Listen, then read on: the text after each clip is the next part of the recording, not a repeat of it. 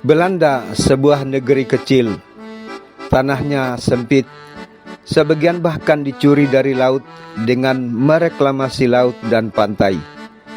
Penduduknya beternak sapi, memerah susu, dan memproduksi keju. Dari negeri kecil itulah lahir salah satu mesin penjajahan paling kejam dalam sejarah manusia. Mengapa Belanda, negara kecil di Eropa, bisa menjadi negara penjajah paling kejam di dunia? Hai sahabat pencinta sejarah dan geopolitik, jumpa lagi di channel kesayangan kita.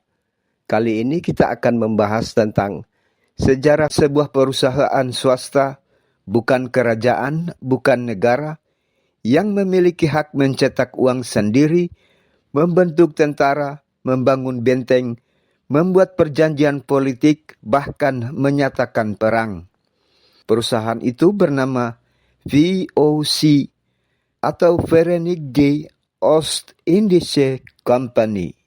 Tonton terus video ini, jangan di skip, karena kita akan menemukan fakta sejarah VOC. Jangan lupa like, share, dan subscribe agar selalu mendapatkan informasi menarik dalam video berikutnya.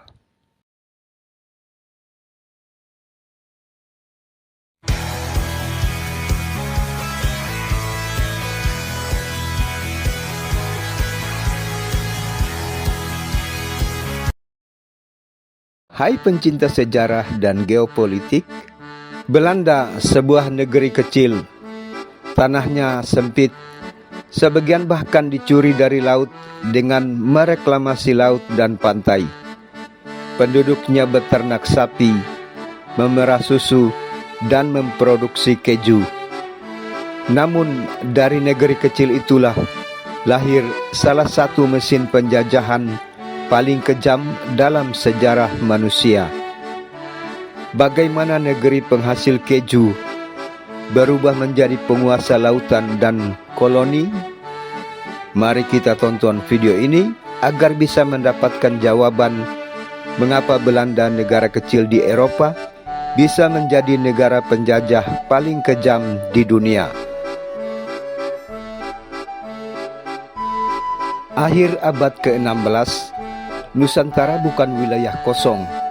Spanyol dan Portugis telah lebih dahulu menancapkan bendera, membangun benteng, dan menguasai jalur rempah Asia Tenggara. Di Eropa, Republik Belanda baru saja lepas dari bayang-bayang kekuasaan Spanyol. Mereka datang terlambat, namun tidak datang dengan mata tertutup. Tahun 1575, sebuah kabar mengguncang Eropa. Portugis, kekuatan laut Katolik, dikalahkan dan diusir dari Ternate. Sebuah kerajaan di timur membuktikan bangsa Eropa bisa ditundukkan jika berdiri tanpa dukungan tanah yang mereka pijak. Dari kegagalan Portugis, Belanda belajar Nusantara bukan untuk ditaklukkan sekaligus, tetapi untuk dibaca politiknya, konfliknya, dan keseimbangan kekuatannya. Maka ketika VOC dibentuk pada tahun 1602, mereka tidak berlayar membawa pasukan penakluk, tetapi kontrak, perjanjian, dan kapal dagang yang siap berubah menjadi kapal perang. VOC tidak datang untuk mengulang kesalahan Portugis. Mereka datang untuk mengisi celah yang ditinggalkan kekalahan itu. Dan dari celah itulah sejarah baru dimulai. Hai pencinta sejarah dan geopolitik, bayangkan sebuah perusahaan swasta, bukan kerajaan, bukan negara, yang memiliki hak mencetak uang sendiri, membentuk tentara, membangun benteng, membuat perjanjian politik, bahkan menyatakan perang. Perusahaan itu bernama VOC atau Verenigde Oost-Indische Compagnie. Ia lahir dari persekutuan para pengusaha, dilegalkan oleh negara, dan tumbuh menjadi kekuatan yang menundukkan wilayah sejauh ribuan kilometer dari Eropa. Inilah kisah bagaimana bisnis berubah menjadi imperium dan bagaimana Nusantara menjadi pusat taruhannya. Pada akhir abad ke-16, Eropa mengalami demam rempah. Lada, pala, dan cengkih bernilai setara emas. Jalur dagang dikuasai Portugis dan Spanyol. Belanda yang baru lepas dari dominasi Spanyol membutuhkan jalur sendiri untuk bertahan hidup secara ekonomi. Masalahnya, para pedagang Belanda berlayar sendiri-sendiri. Mereka saling bersaing, harga jatuh, biaya tinggi, dan resiko besar. Dari kekacauan inilah muncul ide besar, bersatu bukan bersaing. VOC bukanlah negara, ia lahir dari persekutuan beberapa kongsi dagang di kota-kota Belanda seperti Amsterdam, Rotterdam, dan Zeeland.